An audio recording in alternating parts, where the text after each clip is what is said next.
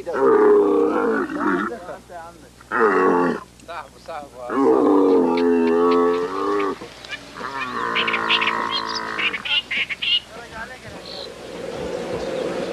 Good roll program confirmed. Challenger now heading down range. Main engine start. 4, 3, 2, 1, and liftoff.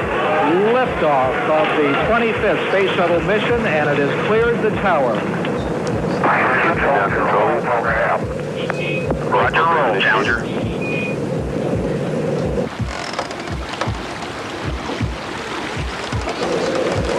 Good roll program confirmed.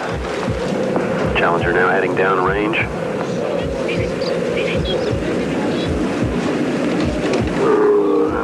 Liftoff this morning at 11:38 after a couple of delays for several hours. 4%. Normal throttles, most of the flight 104%.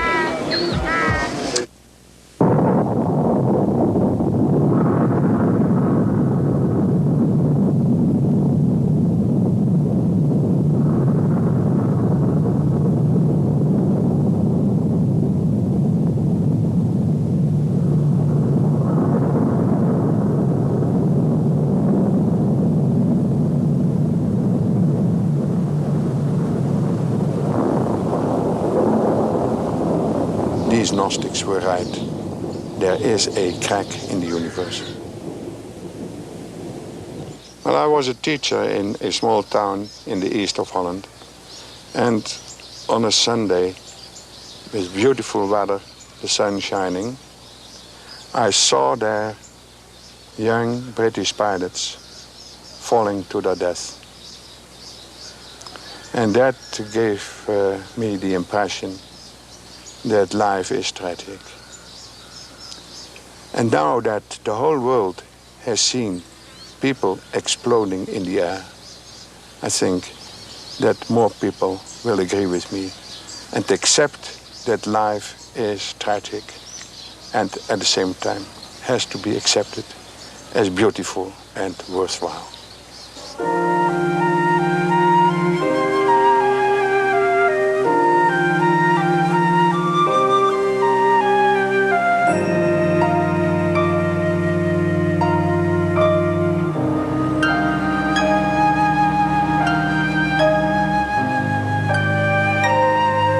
I think these Gnostics were right.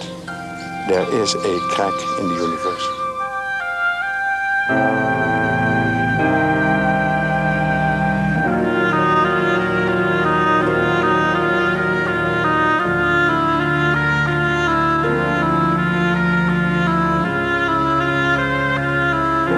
Perhaps God is not only good, but he has also a dark side. And to find God even in the dark and shadowy side of existence and of the world, that perhaps is the most important and most difficult contribution of Gnosis to modern life.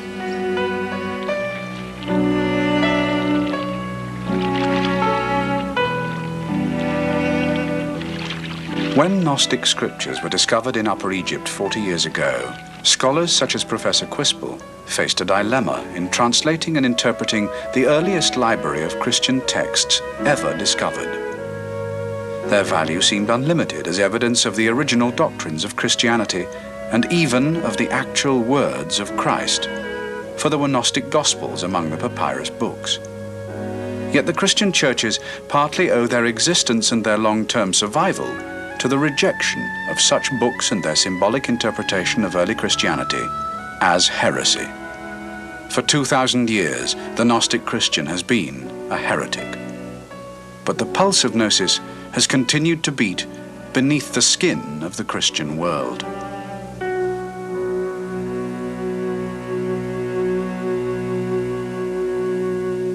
Gnosis is of the same root as the English word knowledge, to know. But it is not an intellectual knowledge. It is more a sort of intuitive thinking, imaginative thinking. They themselves call it the knowledge of the heart. With the publication of the mystical Gnostic scriptures from Nag Hammadi, scholars and historians can now consider the role of Gnosticism within the established Christian tradition. The spiritual impulse of Gnosis is a constant quest for self-knowledge and knowledge of God. Today, the knowledge of the heart is shared by millions. Many are within the modern churches. Others pursue spiritual knowledge and self-awareness through physical fitness, diet, music, or meditation. Gnosticism interests people who find themselves somewhat either disaffected or uninvolved or with the churches as they are, or asking, what does this mean? You know, what are these strange ancient symbols? You know, what kind of inner meaning, if any, could it possibly have? And people who are restless in a way spiritually, and they do want to go on a kind of spiritual search and find something that is valid or powerful or meaningful in their own lives. And I think for such people this is an option, or it is at least a vision of a way that people have gone. And some people take it as kind of permission to do that. Modern man may still feel the pulse beat of Gnosis in history. 500 years ago, Renaissance philosophy centered upon the Gnostic idea of hermetism, which placed man at the center of the universe and developed, often underground, in alchemy and magic. In medieval France, the rejection of dogma and the quest for salvation through spiritual knowledge was the essence of the Cathar heresy, eliminated by Roman Catholic inquisitors and the Albigensian Crusade. But the stream of Gnosis flows first from Egypt and other Christian areas in the first 2 centuries after Christ.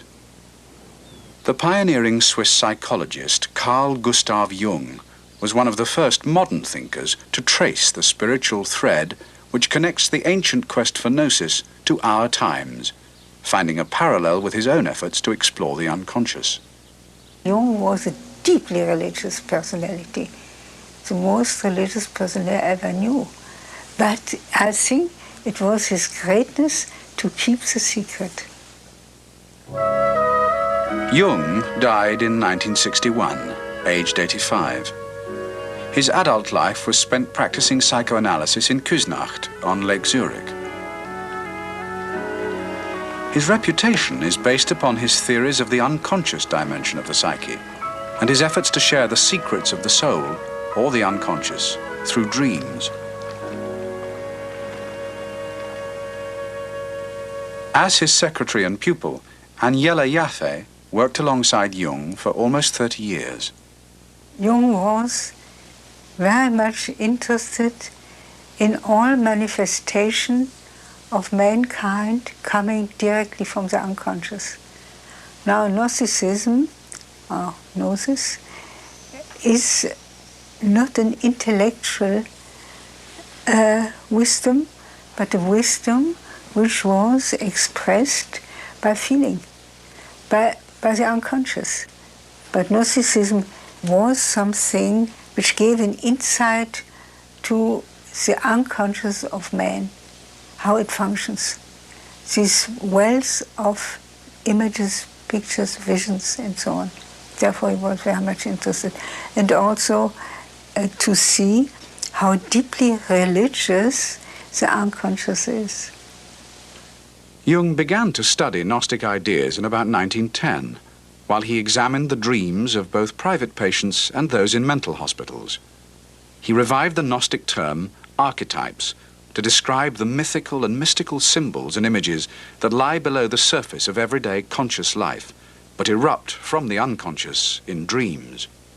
That surely led me on to a profound study of the archetypes. I got more respectful of archetypes. And the next question I asked myself was, now where in the world has anybody been busy with that problem? And I found nobody, except a peculiar spiritual movement that went together with the beginnings of Christianity, namely the Gnostics. And that was the first thing I studied, and then I saw they were concerned with the problem of archetypes. Jung was a Renaissance man of the 20th century, with a genius for exploring and embracing the most varied fields of religion and philosophy. At one time, he painted Tibetan prayer wheels or mandalas, expressing one powerful human archetype. It just came to him. That was also such an archetype, you see. And he wrote in his handwriting, "This is the first mandala I constructed in the year of 1916, wholly unconscious of what it meant." C.G. Jung. It's a symbol of totality. It is a circle. It has, to my feeling, of course, it has to do with the stars, because the sun makes enormous circles of mandala. If you knew his hands, his big man hands, and his very small little painting, you see, that's something moving. Jung absorbed the Gnostics' theological myths and symbols and even wrote a short essay in Gnostic style, The 7 Sermons to the Dead. Despite an immense gulf of time, he regarded the Gnostics as his predecessors in the search for spiritual awareness. They have lived in the 1st, 2nd, and 3rd century, and what was in between? Nothing. And now, today, we certainly fall into that hole and are confronted by the problems of the collective unconscious, which were then the same in 2,000 years ago, and we are not prepared to meet that problem. Jung called the Gnostic texts he studied well-nigh inexhaustible sources of knowledge for the psychologist. He connected them with the dreams and visions, the gods and godlessness of his own patients. His colleague, Professor C.A. Meyer, sees the modern search for spiritual knowledge, which is not satisfied by faith alone, becoming more important than ever. Nowadays, the need for knowledge is ever so much more important than it used to be while we still were believers, because the majority of people nowadays are no longer believers. They cannot be told the old story time and again. They want something, they want to know something and to understand it, and therefore they must be referred to their own experience, which is the unconscious, and that's why we, for instance, ask for people's dreams.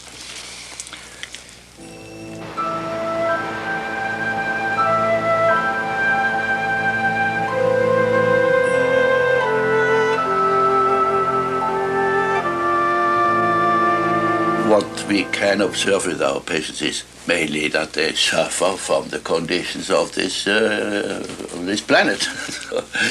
And that is what the Gnostics were concerned with as well.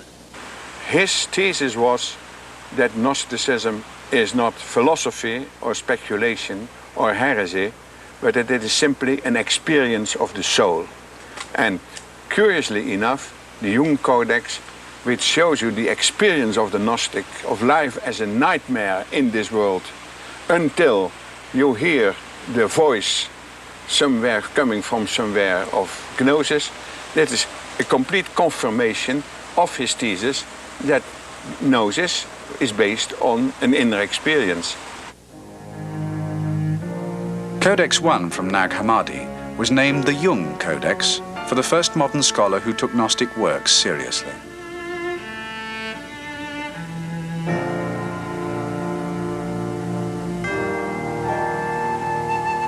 Professor Quispel last year retraced the long journey of the papyrus book to the Jabal al-Tarif, where it was found in 1945 by Muhammad Ali al-Saman. I bought one of these books that you found. That was 7 years since you discovered it. Ever since I've been working on it, and many other scholars have done too, owing to you. بيقول لك انه بعد ما لقاها بعد 7 سنين من لما لقاها هو حاليا بيدرس فيها هو وزملائه.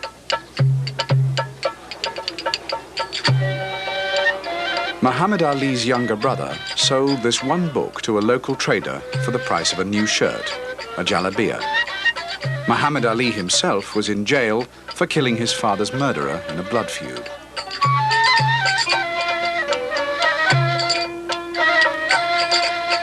The Codex passed through the hands of optimistic antiquities dealers in Luxor and Cairo to Europe and finally the United States, where the asking price had risen to $25,000. But it found no buyer, and the book remained secretly on offer in Europe. At the Eranus Conference in 1951, an informal annual meeting of scholars convened by Jung, two men agreed that this book should be bought in Jung's name and dedicated to him, but ultimately reunited with all the rest in Cairo's Coptic Museum. Gillis Quispel and C.A. Meyer set about the task.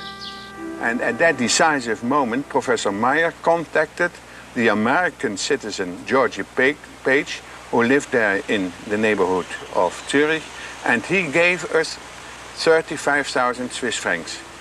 I went to Brussels on May the 10th, 1952, and there I acquired the Codex, and with the Codex under my arm, I returned home. He was, of course, extremely struck by the fact. I mean, his mouth stood open when he first heard about it. And then he was enormously pleased, and he gave this interesting speech, which is published, by the way, at the occasion, and declaring the interest of Jungian psychology in Gnostic material. He is quoted as having said, "I have worked all my life to know the psyche, and these people knew already." And it is true that the Gospel of Truth in the Jung Codex is such a vivid illustration of what man's predicament is according to Jung, that it could have been a falsification by a Jungian, which it is not. For Jung, religious experience was the center of all human experience. His apparent preference was for the Gnostics' symbolic, individual search for religious truth rather than the mass appeal of the religious dogma which requires unquestioning acceptance. He was very in great awe to the dogma. But he said only fools touch to the dogma. But what is necessary is that we understand it now in a new way. Namely, not as 100% truth, but as a symbol. That is a great thing. That changes everything. What sort of religious upbringing did your father give you? Oh, we were Swiss. Jung created consternation at the end of his life when he gave an apparently Gnostic reply to the most obvious question about his religious outlook. And did you believe in God? Oh, yes. Do you now believe in God? Now? Difficult to answer. I know. I don't need to believe.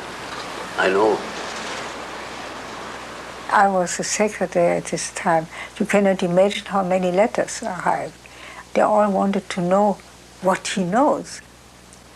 What is true is that he never doubted that there is something which people call God. He never doubted. We can believe what you like, but to know that's something different. That's the famous phrase of his, you know, I don't believe, I know. But already in 1915 he had made a sort of concept of the world which used Gnostic symbols. He was one of the few people in the Western world who was familiar with Gnostic lore and who saw that they were important for our civilization.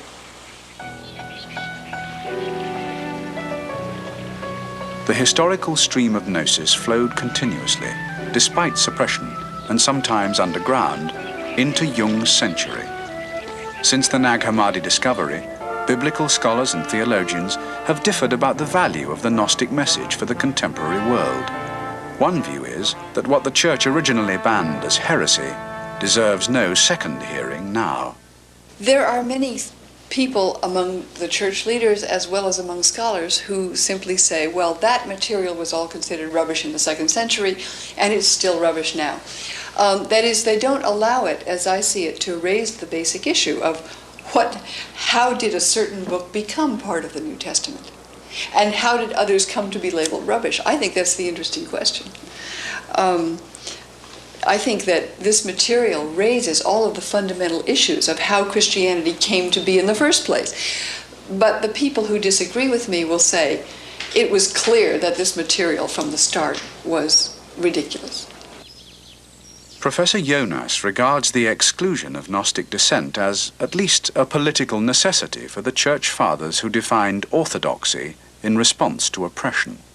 Every orthodoxy somehow becomes rigid, but this is probably one of the conditions of its being long-lived.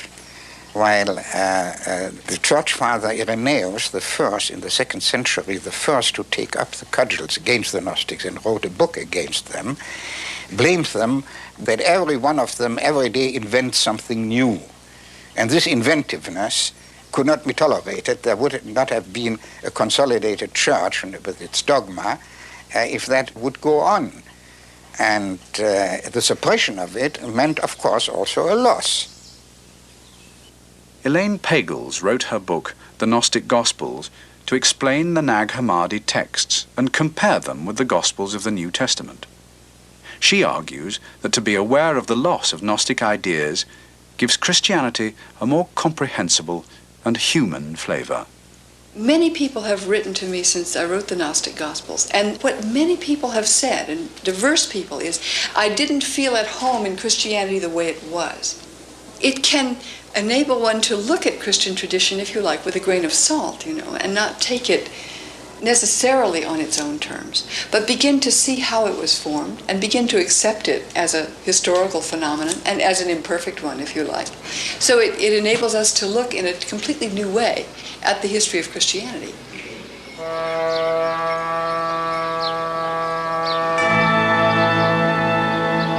The elements of Gnosticism which have been judged heretical remain controversial and topical today.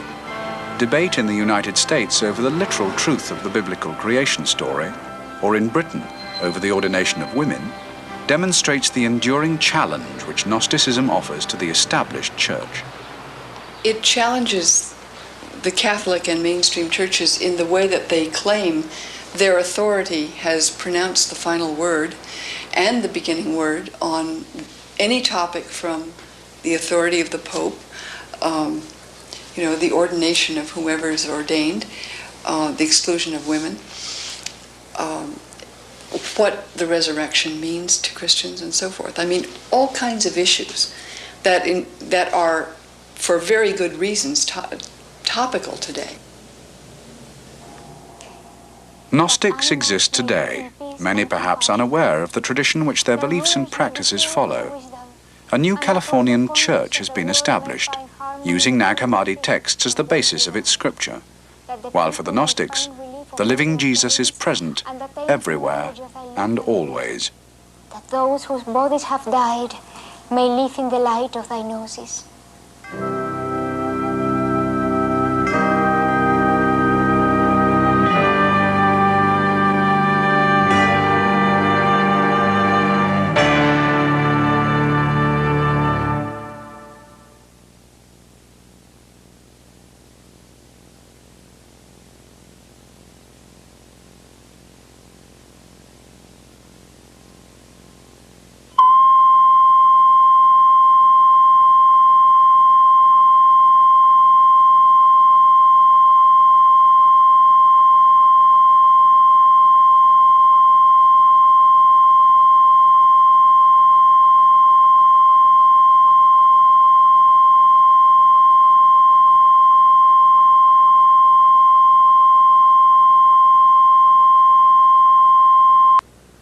BTR 0368, Gnostics 4, Part 2, Take 1.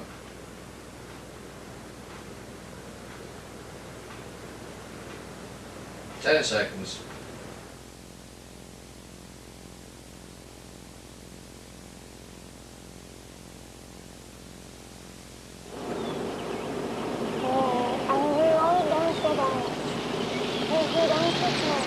The mystery is complete, the rite is ended, and the heart... I found something that I had been looking for a long time in a religion, a place where I could feel as a woman an active, equal participant, not only in the service itself, but in the philosophy behind the service.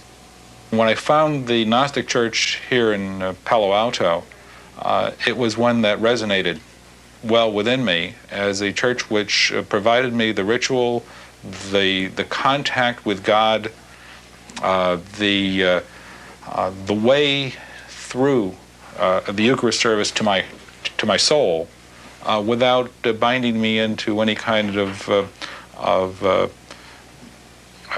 demand that I adhere to a particular doctrinal position.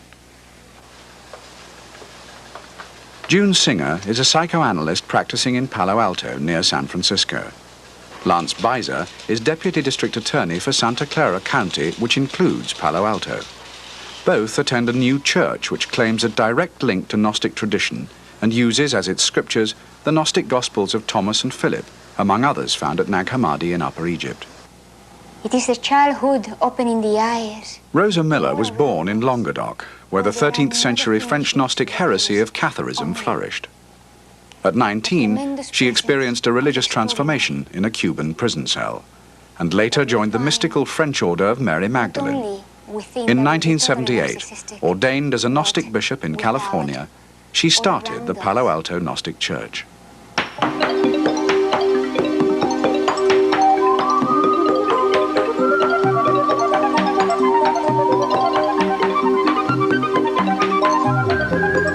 Palo Alto is the home of Stanford University and the center of Silicon Valley, synonymous with advances in microprocessing, aerospace technology, home computers, robotics, and artificial intelligence.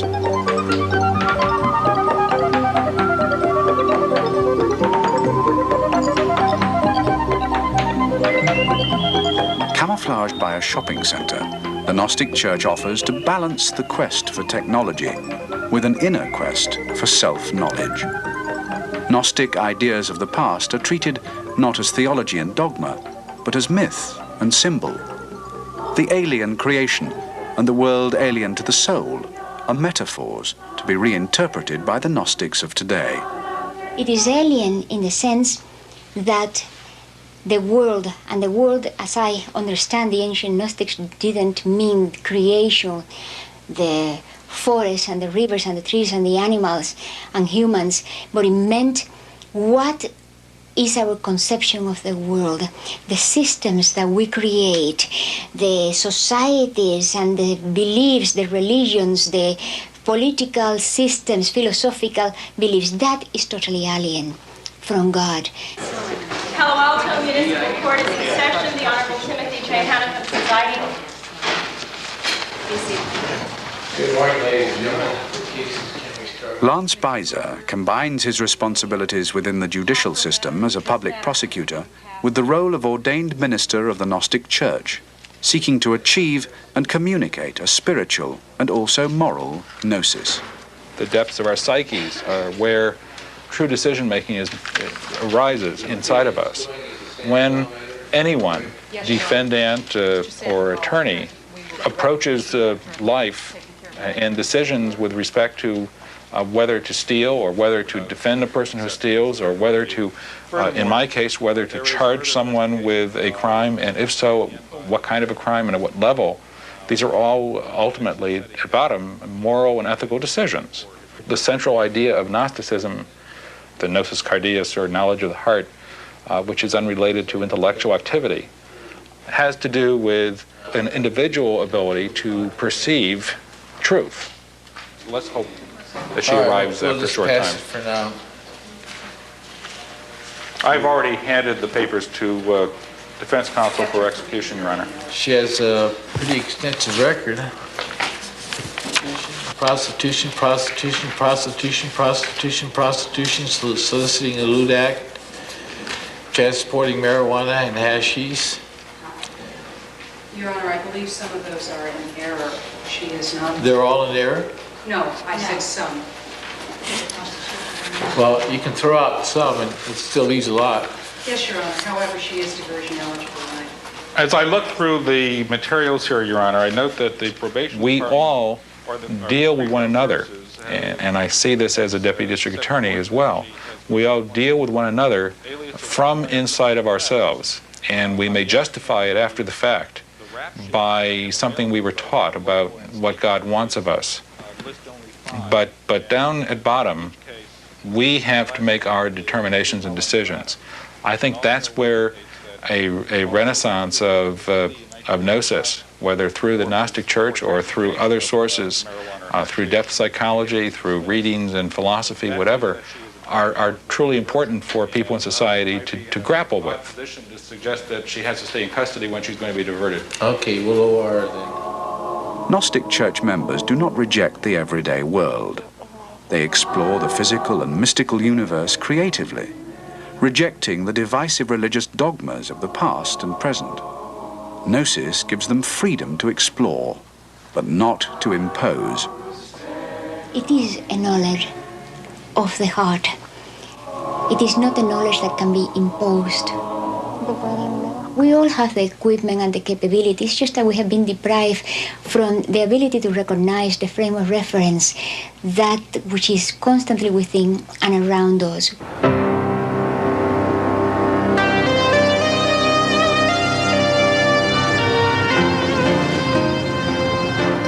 California today entertains every new religious sect and therapeutic miracle, no matter how eccentric. The Gnostic Church, too, is open to suspicion and skepticism, despite its genuine reiteration of Gnostic tradition. Though it is called a church, it has no evangelical or charitable activities and follows the historic pattern in the rejection of any imposed hierarchy, either of belief or of organization. Our church has no dogmas and no beliefs. Beliefs hinder the experience of gnosis. I had been used to churches where you had to be a member, or you had to be baptized, or you had to go to confession, or you had to do something else to be a member of that church and to take communion. In this particular church, you didn't even have to be a, quote, Gnostic. Thy celestial bride and charming heart. To offer communion to all comers is an openness which amounts to heresy. Rosa Miller is perhaps the world's only bishop who admits to being a heretic. Oh, yes, I would think that I am a heretic. If we look in the dictionary, there is a heretic, one that does not conform to church doctrine. A Gnostic cannot conform, not because a Gnostic is a rebel. Rebellion is just the same, it's another aspect of conformism. It's the same thing. So yes, I would consider ourselves heretics. The blessings of those who come in thy name. Amen. For Lance Beiser, the role of the Gnostic priest is quite different from that role in other churches. It's a role as an intermediary rather than a role as a teacher. One can teach a foreign language or how to speak a foreign language. One can teach that Jesus was born at a particular time and died at a particular time, and that his death has certain kind of meaning. That kind of information is not the same as knowledge of what religion is, what God is, what our role in society is. That is not something that can either be taught, or in a way it can even be communicated. There's a line from the Tao Te Ching that says that the Tao that can be taught isn't the true Tao. Well, Gnosis that can be taught isn't the true Gnosis either. A woman bishop is the most conspicuous evidence of the Gnostic tradition of women playing a full and equal role in religious practice. The feminine is given equality with the masculine in all images and metaphors of God and the divine spirit. It does what I think is absolutely necessary in our time, and that is to seek that balance of the masculine and the feminine, so that each one, the male and the female, can express himself or herself according to that particular nature of that individual. But if you can go back in history and see the theme repeated again and again as this theme of the balance of the masculine and the feminine, how that is expressed in Gnosticism, in alchemy, in Taoism, in Hindu philosophy, over and over again, you begin to realize that it has substance. It's not just an idea that some psychiatrist thought of in the 20th century. Honoring the feminine is also a Gnostic correction to the narrative story of Christianity. Gnostics have traditionally regarded Mary Magdalene, Mariam in the Nag Hammadi codices, as unique among the apostles, not only as the sole woman, but for being closest in spirit to Christ. She has been vilified, she's been considered a fallen woman, and yet what woman hasn't fallen in one way or another? The image of the virgin, the pure woman whose right to be worshipped comes because she has borne a divine child, is a beautiful and wonderful image, but it's a very hard one to live up to. In a church which shuns dogma and exalts Mary Magdalene, the Orthodox ritual of the Mass is unexpected. The majority of the texts in the Gnostic Eucharist service are Nag Hammadi scriptures, though newly invented prayers and hymns are also used. The order of service largely follows the Catholic Mass. There is incense, with a whiff of orthodoxy, and a canopy over the altar like the huppah at a Jewish wedding, for the marriage of masculine and feminine. The women ordinands around the altar and the wine of the Eucharist are veiled to conceal their mystery. The veils in the women symbolize the same thing as the transformation of the bread and wine. It's a veil in which the divinity, the presence of the extraordinary, Christ, God, whatever you want to call it, hides. The Eucharist, the symbolic transformation of wafers and wine into the body of Christ and the blood of Christ, has a different meaning in the Gnostic Church. The symbolism of the ceremony here contrasts with the remembrance which is enacted in the mainstream Christian churches. The theology is different, and so is the psychological experience, according to June Singer. As I understand the symbolism of the Eucharist in the Orthodox Christian Church, the Eucharist is a celebration and a commemoration of an important event that happened 2,000 years ago. In the Gnostic Church, this is not the case. It's an experience that's happening right now in this place, and we're living it. We don't need to believe that such and such happened in such and such a certain time. It may have happened, may not have happened. This is a new church practicing an old heresy. Its novelty may attract more followers than its claim to Gnostic traditions. The Palo Alto Gnostics say that Gnosis has never been a specific belief, but a matter of perception. And in an age of growing fundamentalism, they have rediscovered a spiritual pulse which feels true to them as a matter of real experience. You can't be a Gnostic if all you do is accept what someone else told you. And I think there are a lot of people like that in society, and they find themselves in all kinds of churches. The Gnostic Church is, I think, simply a way of providing an opportunity for those maybe to come together with other people of like mind. But that doesn't imply that, that it's going to be a church to grapple with the Christian church for dominance in our society. The Gnostic Church in the early centuries didn't do so well. I suspect that a Gnostic Church today wouldn't do any better if it were truly a political struggle. Holy Spirit, celestial bride and These are the first Gnostics in history who are free to express their heresy. They do not face repression or slaughter. Their names do not belong in the famous tradition of Valentinus, Hermes Trismegistus, Guilabert de Castres, Pico della Mirandola, John Dee, and Carl Jung. Today, they believe that Gnosis has value for all humanity, despite its checkered history. Gnosis itself The same way that it cannot be held in a book, it cannot be destroyed either. So it does not matter if all Gnostics are killed and all the documents are destroyed, there will be Gnostics always.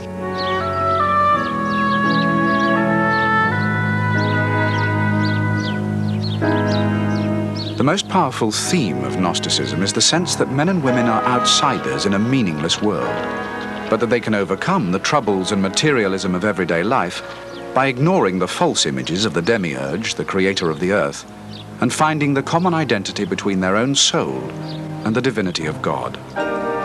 Such an idea is clearly echoed in modern existentialist philosophy. The term alienation is not foreign to us. A man does not feel so comfortably at home in the world that surrounds him. Certainly one common feature, and also some consciousness of a crisis, and even nihilistic tendencies, and an estrangement. Gnostic tradition offers an answer to the atheists' or the agnostics' question, did a good God create a world full of pain and suffering? Modern life, for countless millions, is estranged from hope. War, hunger, and natural disasters afflict some. Drugs, brutality, AIDS, and disability oppress others. The Gnostic does not blame God for the punishment, but seeks to know God in order to accept the unavoidable tragedy inherent in life itself. Every new human life is seen as a certain source of distress, mingled with the possibility of hope for the individual who finds a way to salvation through that knowledge of the heart.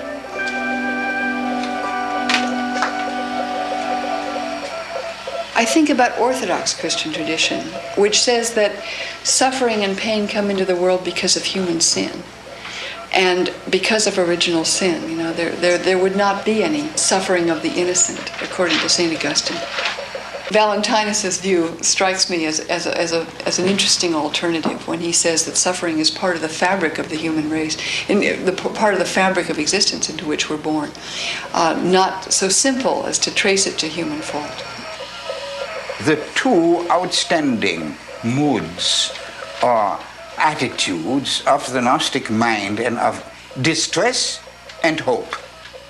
It expresses in a certain way a central experience of the Gnostic mind, namely of being strangers in a strange world into which the soul or the spirit does not originally belong, and from which it has to extricate itself. And God stands, the true God, as distinct from the creator God, from the demiurge, stands also in the relation of an alien to this world. And his message appears in the world as something from without. Without faith or without gnosis, the message of the true God remains alien and abstract. For the Gnostic, the world is an illusion which only spiritual vision can make real and meaningful.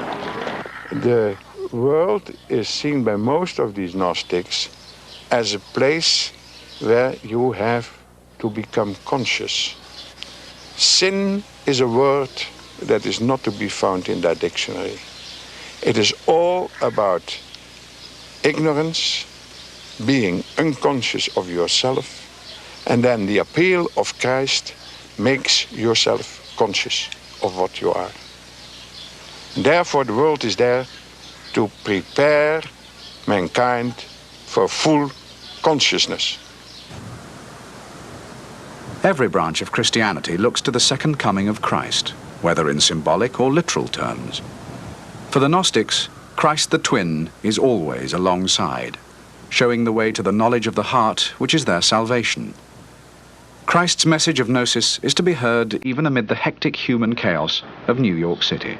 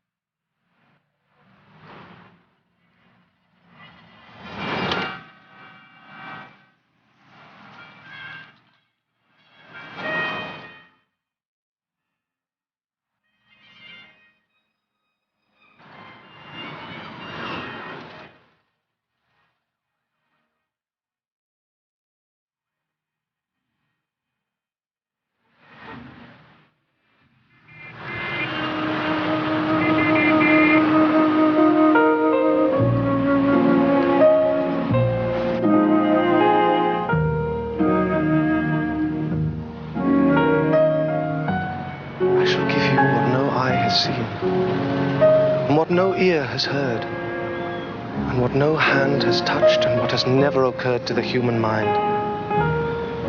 It is I who am the light which is above them all. It is I who am the all. From me did the all come forth, and unto me did the all extend. Split a piece of wood, and I am there. Lift up the stone, and you will find me there.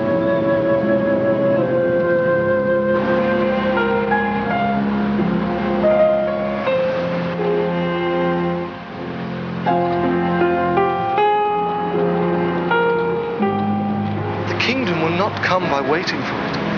It would not be a matter of saying, here it is or there it is. Rather, the kingdom of the Father is spread out upon the earth, and men do not see it.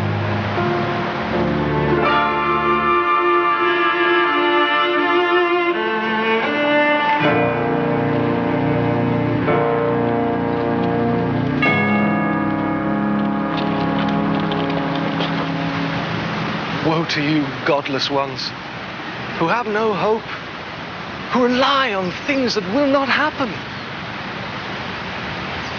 Woe to you who hope in the flesh and the prison that will perish. Your hope is set upon the world, and your God is this life. You are corrupting your soul.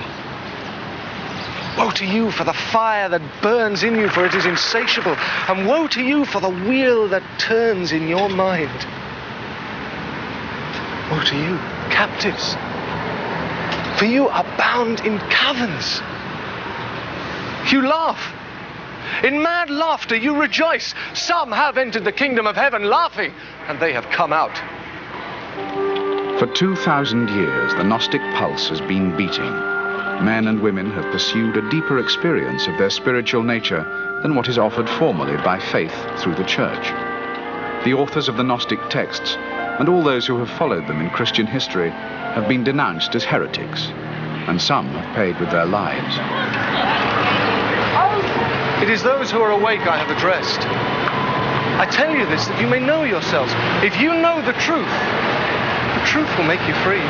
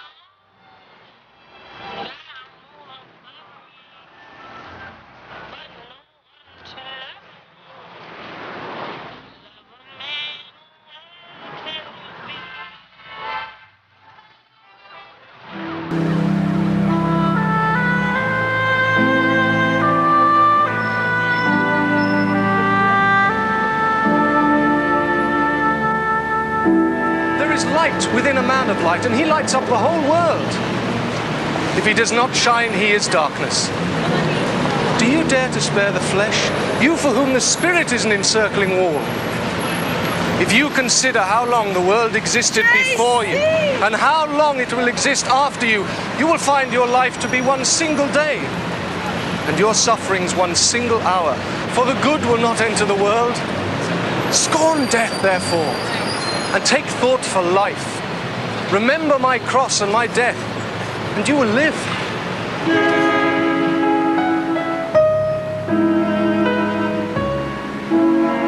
In 1945, the year of liberation and catastrophe, the Gnostic tradition's earliest traces were discovered in the Egyptian desert, and the Gnostic idea has become widely available to the people of a freer, more dangerous world.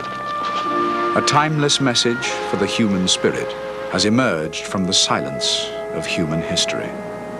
Who is it that will rain a refreshing dew upon you to extinguish the massive fires in you? Who is it who will cause the sun to shine upon you and disperse the darkness in you and hide the darkness and polluted water? Henceforth, waking or sleeping, remember have seen the Son of Man, and spoken with him in person, and listened to him in person.